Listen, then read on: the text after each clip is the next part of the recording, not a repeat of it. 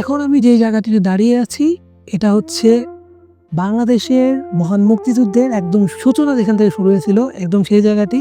হ্যাঁ, আমি এখন দাঁড়িয়ে আছি মুজিবনগরে, যেখানে আমার পিছে যদি একটু আপনারা দেখেন, এক নজরে বাংলাদেশের পুরো ইতিহাস, যুদ্ধের যে ইতিহাস সেটা আপনারা দেখতে পারবেন।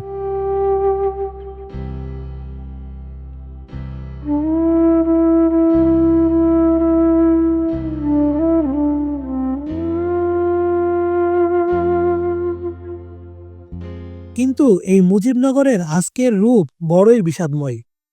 ২০২৪ সালের আগস্ট পরবর্তী বিশৃঙ্খলায় একদল দুর্বৃত্তের আঘাতে লণ্ডভণ্ড হয়ে গেছে মুক্তিযুদ্ধের সেই গৌরবময় মুরালগুলো। যে ভাস্কর্যগুলো ৭১-এর বীরত্ব গাথা বলতো, সেগুলোই আজ কেবলই কংক্রিটের টুকরো।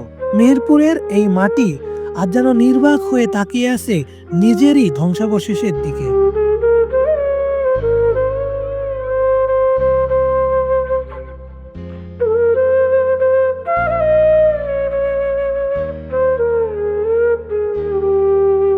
বাংলাদেশের ইতিহাস ও ঐতিহ্য রক্ষা করা আমাদের নৈতিক দায়িত্ব।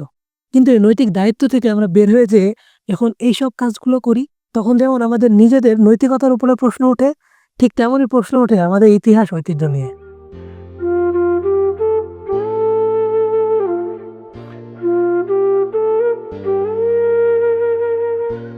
একটি দেশ তার শিকড় ভুলে গেলে বেশি দিন মাথা তুলে দাঁড়াতে পারে না। রাজনৈতিক রোষানল যখন ঐতিহাসিক স্থাপনা গ্রাস করে, তখন ক্ষতিগ্রস্ত হয় গোটা জাতি। মুজিবনগর কেবল একটি নাম নয়, এটি একটি রাষ্ট্রের জন্মকথা। আজ সময় এসেছে আমাদের নিজেদের বিবেককে জাগ্রত করার। ইতিহাসকে রাজনৈতিক রং দিয়ে নয়, বরং জাতীয় সম্পদ হিসেবে আগলে রাখার শপথ নিতে হবে আমাদেরই। আগামী প্রজন্মের কাছে আমরা কোন বাংলাদেশ রেখে যাব? ধ্বংসস্তূপ নাকি ঐতিহ্যের ধারক?